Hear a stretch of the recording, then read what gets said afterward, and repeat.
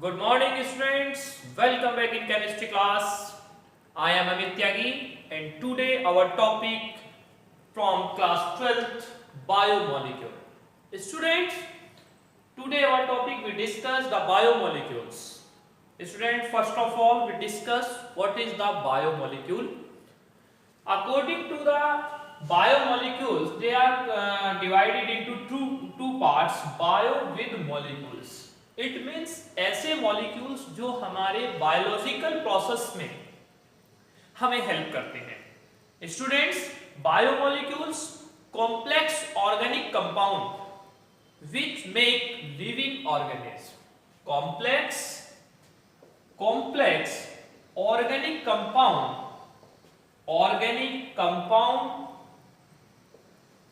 Which make living organism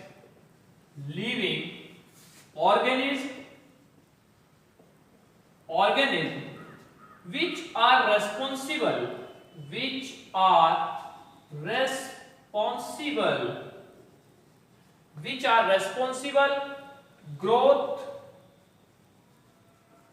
and maintenance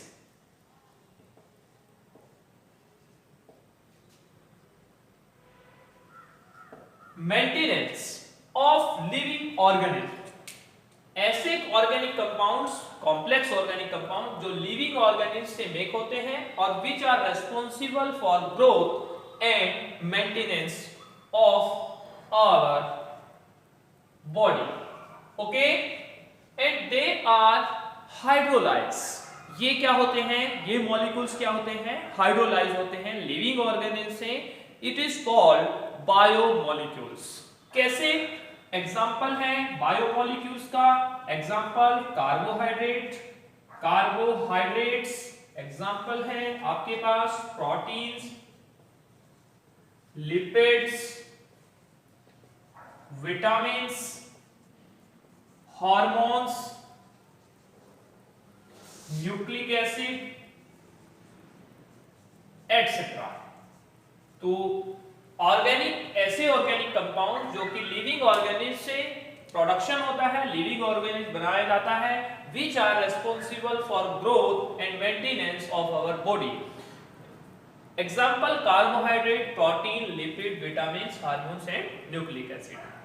इसके बाद हम लोग वन बाय वन स्टडी करने जा रहे हैं कार्बोहाइड्रेट्स की, प्रोटीन्स की, लिपिड्स की, विटामिन्स की, हार्मोन्स और nucleic acid. Okay student, we discuss carbohydrates।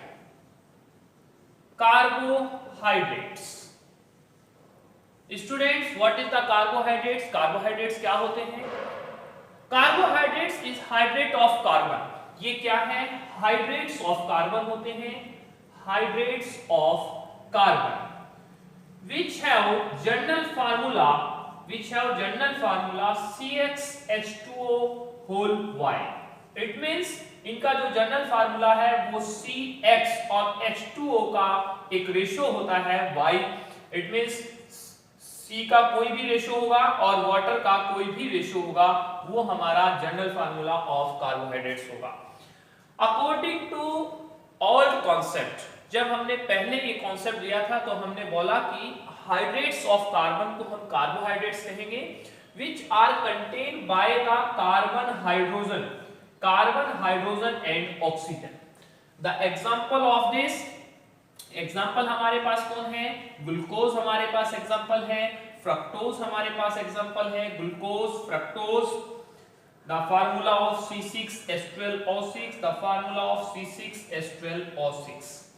इसके बाद हमारे पास sugar and maltose, the formula of C12H22O11 and C12H22O11 and starch STARCH and cellulose C5H10O5 whole N।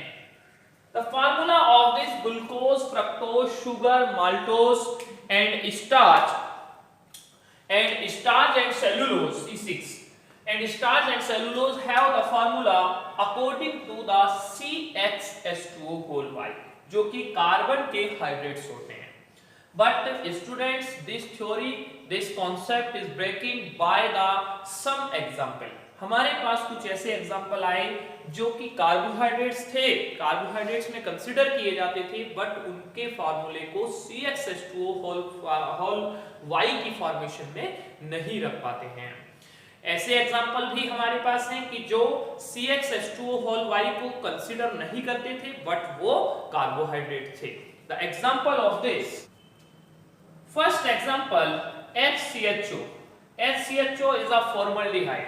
This is the CH2O. It means CxH2O whole Y में अगर हम इसको रखते हैं तो ये C1H2O whole 1 को प्रोसेस को कंप्लीट करता है। बट दिस इज फॉर्मल्डिहाइड, ये तो एक एल्डिहाइड है। फॉर्मल्डिहाइड, ये एल्डिहाइड्स होते हुए भी CxH2O को क्या कर रहा है, फॉलो कर रहा है। सेकंड एग्जांपल हम देखते हैं CH3CHO। ये भी क्या है, आप देखते हैं कि यहाँ पर C2 एंड H2O का होल ट्वाइस को कंसीडर करता है। This is the acetaldehyde. ये एक एसिटल्डिहाइड का फार्मूला है, एसिटल्डिहाइड, और ये एसिटल्डिहाइड होते हुए भी आपके CxH2O होल Y को क्या कर रहा है, ये फॉलो कर रहा है। बट ये रेमिनोज C6H12O5, this is the formula of reminose and they are not considered CxH2O whole Y, but it is a carbohydrates। तो हमारे ये कुछ एग्जांपल हमने कुछ ऐसे दिए हैं जो कार्बोहाइड्रेट्स होते हुए और कार्बोहाइड्रेट्स ना होते हुए भी इस फार्मूले को कंसिडर नहीं करते हैं। तो अकॉर्डिंग टू न्यू कॉन्सेप्ट, नए कॉन्सेप्ट के अकॉर्डिंग कार्बोहाइड्रेट्स की डेफिनेशन क्या जाती है, organic compounds which are optically active polyhydroxy aldehyde and polyhydroxy ketones। Organic compounds which are optically active, polyhydroxy aldehydes and polyhydroxy ketones, and which are, it gives the hydrolyze, to gives hydrolyze। It means ऐसे organic compounds जो कि optically active हैं, जो polyhydroxy aldehydes और polyhydroxy ketones से hydrolyse होते हैं, बनते हैं, उनको हम क्या कहते हैं, कार्बोहाइड्रेट्स कहते हैं। The example of this carbohydrate C6H12O6, this is the example of glucose. The example of fructose C6H12O6 fructose। The example of C6H10O5 starch। In this glucose, this is a aldose sugar। हम इसको एक aldose sugar के नाम से जानते हैं। Why? Because they contain by a 1 CHO and 5 OH group। Aldose क्या होता है, ग्लूकोज जो है एक एल्डिहाइड ग्रुप CHO से और 5 OH ग्रुप से पॉलीहाइड्रोक्सी से बना हुआ एक कार्बोहाइड्रेट है। इसी तरह हमारे पास फ्रक्टोज है। फ्रक्टोज क्या है, एक कीटोज शुगर होता है। ये कीटोन ग्रुप से बना हुआ एक ketone group and 4 OH group से कंसिस्ट एक कार्बोहाइड्रेट्स है। और स्टार्च जो होता है वो भी एक एल्डोज शुगर होता है, जो कि आपके पास पॉलीहाइड्रोक्सी कार्बोहाइड्रेट्स में या पॉलीसैकेराइड्स में हम इसको कंसीडर करते हैं। तो these are the carbohydrates. In this carbohydrates according to C12H22O11 after hydrolyze it gives the molecules of C6H12O6 plus C6H12O6। हमारी जो शुगर होती है, शुगर जो मॉलिक्यूल्स होता है वो हाइड्रोलाइज होने के बाद दो मोनोसैकेराइड्स में डाइवर्ट हो जाता है, ग्लूकोज एंड फ्रक्टोज में। इसी तरह हमारा जो स्टार्च होता है, आप अगर उसमें NH2O को लेकर आते हैं NH2 को लेकर आप इसमें आते हैं तो यह NC6H12O6 C6H12O6 it means glucose के मॉलिक्यूल्स में हाइड्रोलाइज हो जाता है। जैसे ही आप इसको वाटर में मिक्स करते हैं तो ये ग्लूकोज के मैनी मॉलिक्यूल्स में कन्वर्ट हो जाता है, क्योंकि ये एक पॉली सैकराइड्स होता है। स्टूडेंट्स फिर मैं एक बार रिवाइज करता हूं कि कार्बोहाइड्रेट्स क्या है। सबसे पहले बायोमोलिक्यूल्स क्या है। बायोमोलिक्यूल्स वो ऑर्गेनिक कॉम्प्लेक्स कंपाउंड है जो लिविंग सेल से, लिविंग मैटर से प्रोडक्शन होता है and they are helpful for the growth and maintenance. ऐसे सभी कॉम्प्लेक्स कंपाउंड्स को हम लोग जो हैं बायोमोलिक्यूल्स बोलते हैं, जिनके एग्जांपल हमने बताए कि कार्बोहाइड्रेट्स है, प्रोटीन्स हैं, लिपिड्स है, फैट्स है, विटामिन्स हैं और हार्मोन्स को इसमें कंसीडर किया जाता है। हमने इसके बाद बताया आपको कि कार्बोहाइड्रेट्स क्या होते हैं। तो according to all concept carbohydrates also known as carbohydrate. Carbon के हाइड्रेट्स को हमने कार्बोहाइड्रेट्स बोला।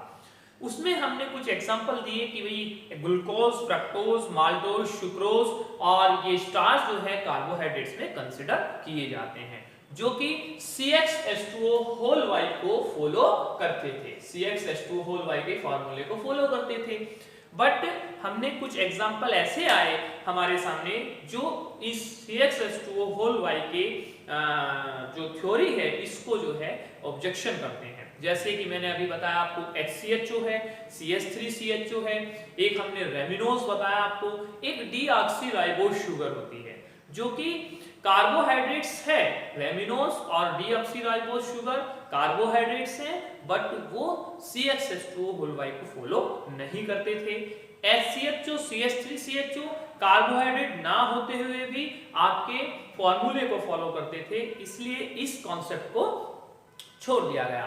According to new concept carbohydrates organic complex compounds they are optically active, जो ऑप्टिकली एक्टिव हैं। और चैप्टर 10 में आपने पढ़ा है कि ऑप्टिकली एक्टिव जो हैं वो कायरल कंपाउंड्स होते हैं जिसमें मिनिमम एक कार्बन एटम्स की 4 वैलेंसी डिफरेंट होती है।